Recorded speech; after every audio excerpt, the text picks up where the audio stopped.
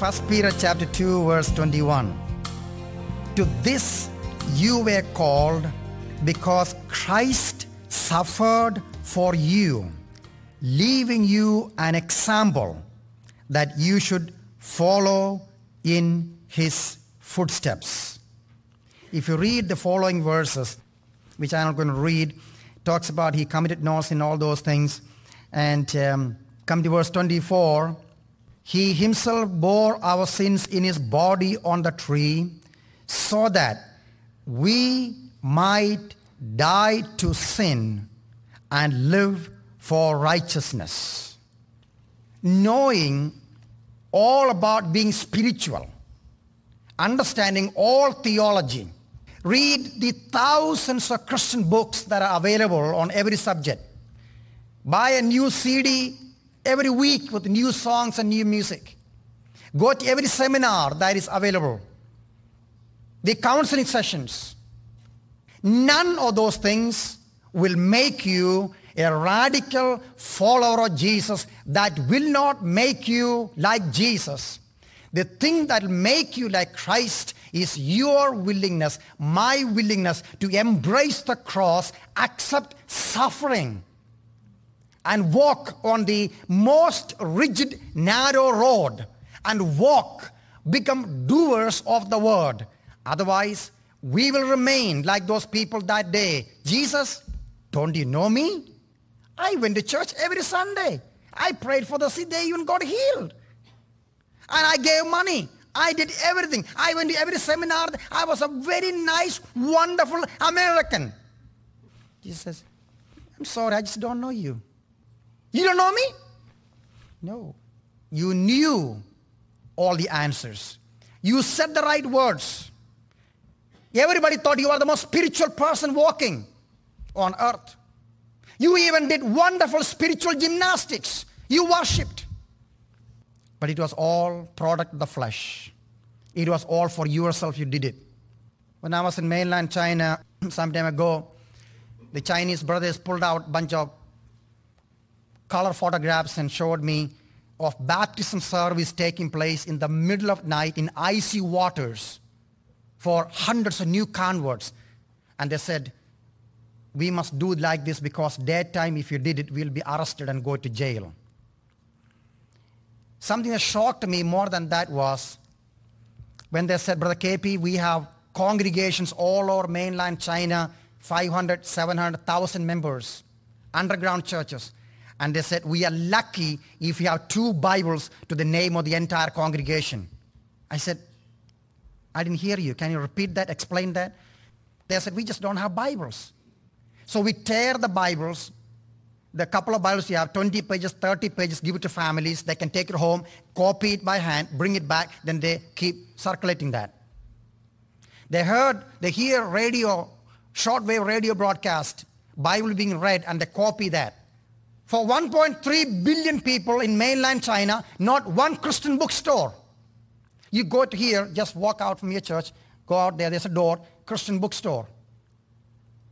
In Dallas, Texas, where we are, 12 Christian radio stations. For 1.2 billion people in Indian subcontinent, there's not one Christian radio station. What I'm telling you, my brothers and sisters, is that it is wonderful to have knowledge, information, worship, freedom, and all those things. But I tell you, unless you are deliberately careful, don't follow the crowd. Choose the narrow road, embrace the cross, be real in your walk with him. It's all be just playing games. The plastic, jellyfish, superficial Christianity, you are okay, I am okay, I'm better than them, everybody's bad, I am just doing the right thing. I tell you what, we need to be very careful these last days because in America, the popular teaching is take care of yourself. How can you and I say this to you, love and grace in my heart, I'm not beating upon you and biting your nose off, nothing like that. I just am brother in the kingdom. I'm just asking you, do you believe this Bible? You say, yes. Do you believe in hell? Do you believe Jesus is the only way for man to be saved? Well, Jesus talked about a man who died and went to hell. From there he cried out. He said, please, please, just all I want is a drop of water. I am tormented here in incredible agony. And I tell you, that man will cry for a billion trillion years. All he wants finally is not water, but I just want to die and be over with it. Let me die. And there will come the answer, you will never die. You will never die. That is the fate of multiplied millions today on the way to hell on planet Earth. Nearly 3 billion people that never heard the name Jesus even for one time. And you and I say, my Jesus, I love thee. I know thou art mine. For thee all the follies of sin I have resigned. Oh, Jesus, I love you more than life itself. Do we really love him? And I say this to you because the more we love the Lord, the more we understand him, the more we will become like him, not like somebody next door or some preacher or some church out there. We'll become like him. What did Jesus do? He deliberately chose the cross. He suffered. The Bible says, he learned obedience through suffering. If you and I believed in the Bible, believed in hell, something else will happen to us. You heard about C.T. Studd? Anybody read his life? Born in England to a millionaire. World famous cricketer. In America, you don't have crickets, do you? We have crickets, we kill them. But it's a game, sports. Born again, baptized, evangelical Christian. Somebody gave him a gospel tract, gospel note of Jesus. Atheist, man who mock at the very idea of Jesus and God you talk about. And this man wrote, if I believed what you say you believe, faith in God determines the destiny of human beings. If need be, I will crawl on broken glass all over the world until the last minute of my life and cry out this gospel. Husband, wife, children, hobbies, job, ambitions, desires, all will become secondary compared to the task of reaching this world with this good news. Who wrote it? Not a preacher, not KP. This atheist wrote that. When C.T. Studd read that thing, he said to himself, this is funny, shocking. This man who says, if he believed what I say I believe, what he will do is this. No more evangelical, self-centered, please me, bless me religion. He was convicted. He took his millions, sent to mission work all over the world, kept 600 pounds in his bank, English pounds, because he was engaged. Now he thought he would get married and go off to the mission field. His fiancée said to him, Charlie, what did Jesus say to you? He said, to forsake all and follow me. She said, then why are you keeping 600 pounds in the bank? The last 600 English pounds he took, sent it to William Booth of Salvation Army in London. Then later got married, went off to the mission field to die in a young age. Charles Studd. I ask you, when was the last time when you saw 100,000 people died in Rwanda overnight, 200,000 in Bangladesh in the typhoon, 17 million people in Afghanistan without one church, one Christian, 22 million northern Bihar without one missionary. Over 100,000 die every day and plunge into hell every day.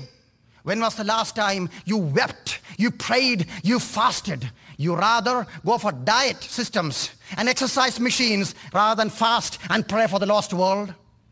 You realize half of the world go to bed with empty stomach every day. You realize that 100,000 children walk on Bombay streets not knowing who their parents are. You realize near 3 billion people live on planet Earth that never heard the name Jesus. And I say, Jesus, I love you. And I don't want him to break my heart because I want to be taking care of myself. Is it a strange gospel? No, sir. I lived like that too one time, long time ago. I had a library I was building up with evangelical sound, wonderful library, thousands of books. Books I may never read, but look nice. Newsweek, Time magazine. I mean, people walked into a house in Dallas, they saw in this nice, wonderful living room with nice furniture, this sports magazine. I hate sports. Fishing magazine, I don't know what that stuff is. But it looked nice. People thought this guy is smart when they saw this expensive leather-bound book sitting on my shelf. I mean, books, Shakespeare, I hate that stuff. But it looked nice being American. But you know what? With all my preaching, all my teaching, a seminary student, while in the ministry, I couldn't cry anymore. I was just like you. They talked about hell. It didn't touch me. It didn't bother me at all. I was buying the best clothes I can buy for Neiman Marcus and other places. It didn't bother me. Until one day the Lord began to speak to me and said, son, you don't know me.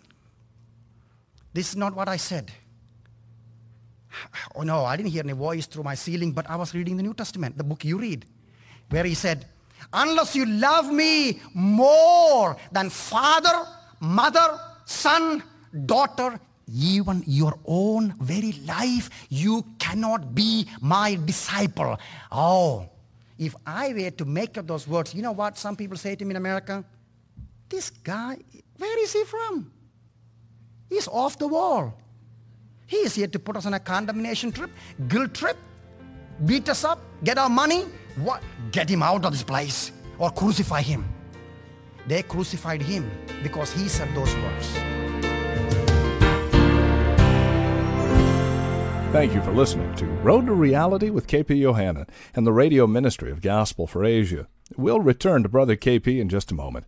Today's broadcast, entitled Do We Really Believe What We Say We Believe, is a message by KP Yohannan, founder and president of Gospel for Asia.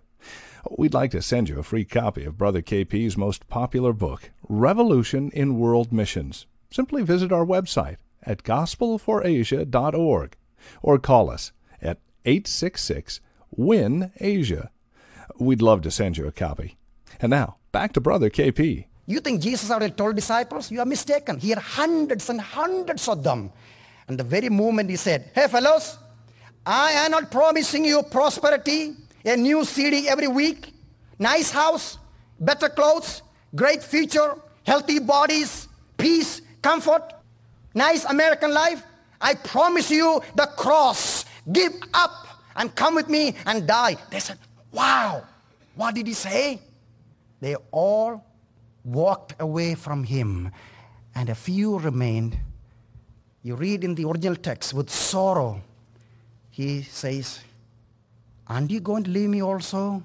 And Peter said, where are we going to go? You have the words of eternal life.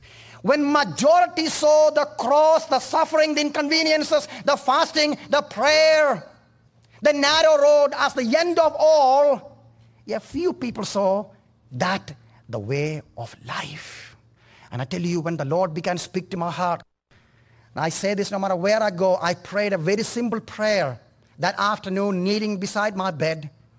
I said, Jesus, take eternity and stamp on my eyes. It was no more Greek and Hebrew and philosophy and psychology and new music.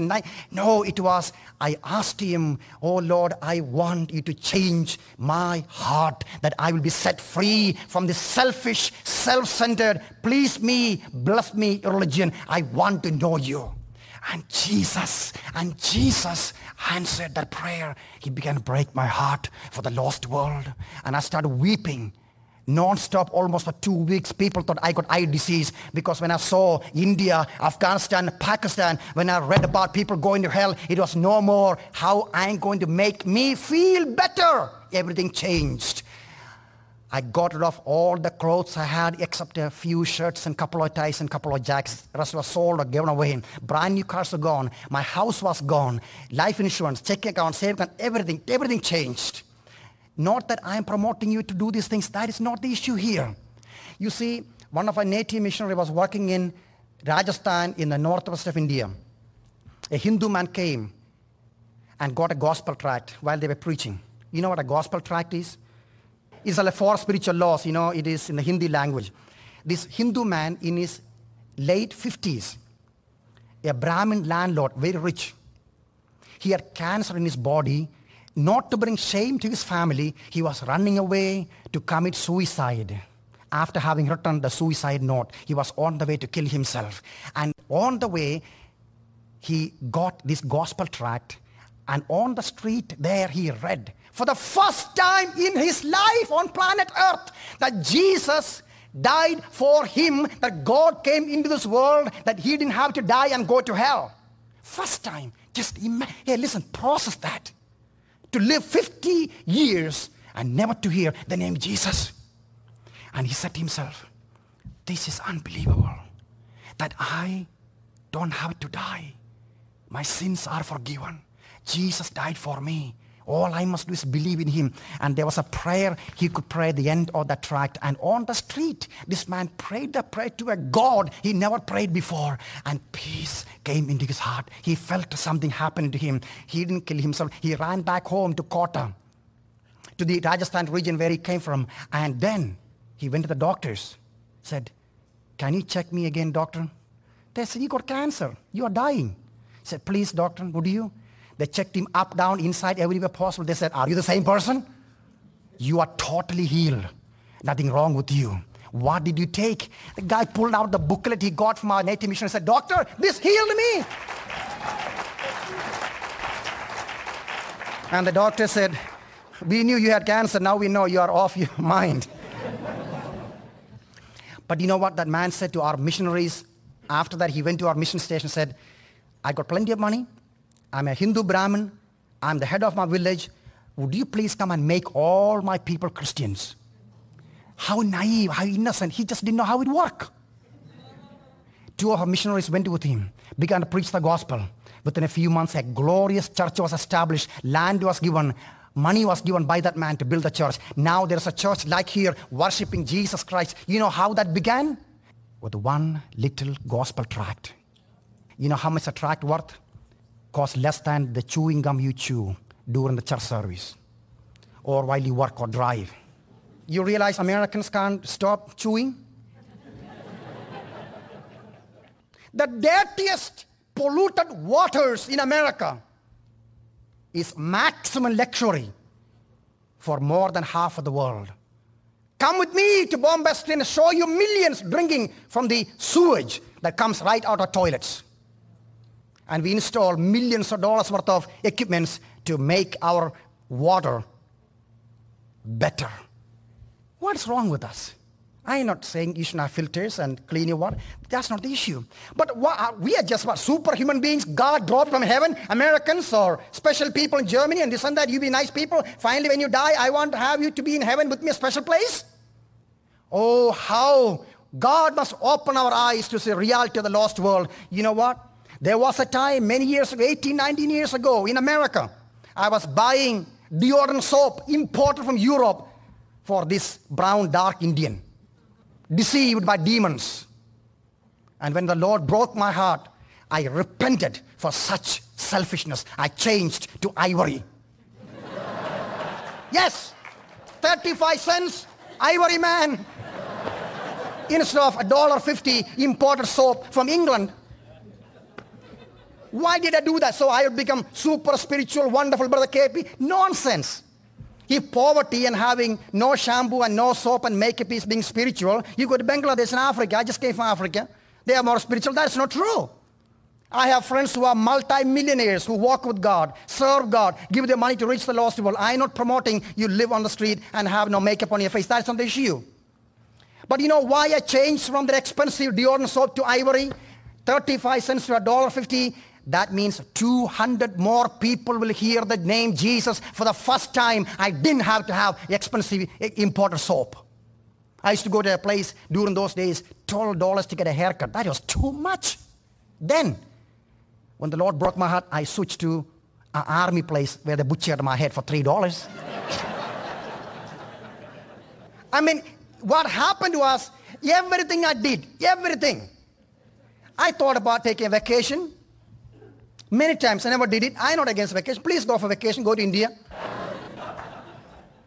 You work so hard during the year, get all your money, then you go for Grand Canyon, look into that pit, and then spend all your money and use a credit card, come home, then you work again, and you're so tired by now you have to work to get well.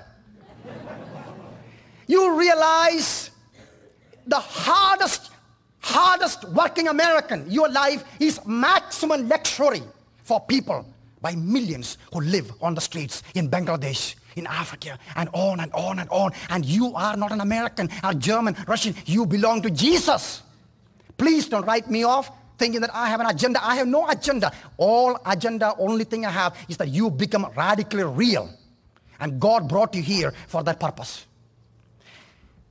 And that change took place in my heart that many years ago. I'm still on the same road. Not by power, not by might, not by my reasoning, nor by His grace. And I challenge you, my brothers and sisters, take Bible verses, not to interpret, explain, and figure this out, but to live by. I wish this clock would stop. It won't.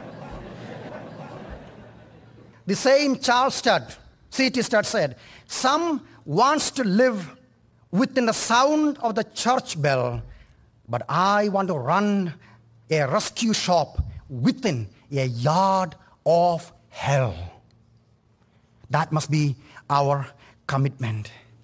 I just don't know how to communicate in words. My English is weak also, but I feel in my heart, especially after spending a week in South Africa with 4,000 mission leaders from all over the world. We were talking about nearly 3 billion people that never heard the name Jesus and on the way to hell. How are we going to reach them?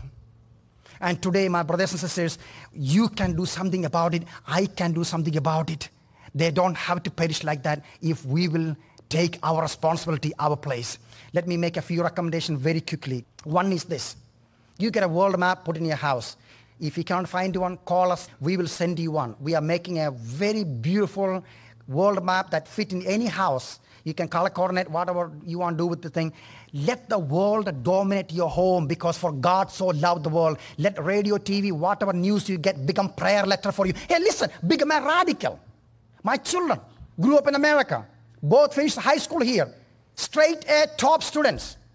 From the time they were born, they saw world map and they grew with that. And when they finished the high school, I didn't tell them go to the mission field. They could get in usually almost any university or college in America with full scholarship.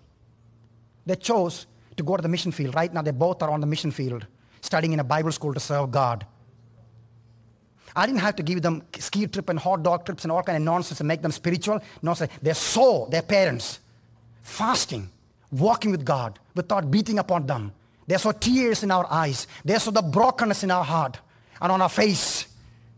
And they saw the reality. Parents, the answer to your children is not a bunch of new CDs and music and counseling Sundays and your pastor. The answer is you giving up materialism and ungodly selfish living and walk with God. And they will say, I want this life. That is the way to do it. Has the Lord touched your heart through this message? If so, we'd love to give you K.P. Yohannan's book, Revolution in World Missions, for free. This book has transformed thousands of people's lives, and it can change yours too. To order your free copy with no obligation, visit gfa.org/freebook. That's gfa.org/freebook.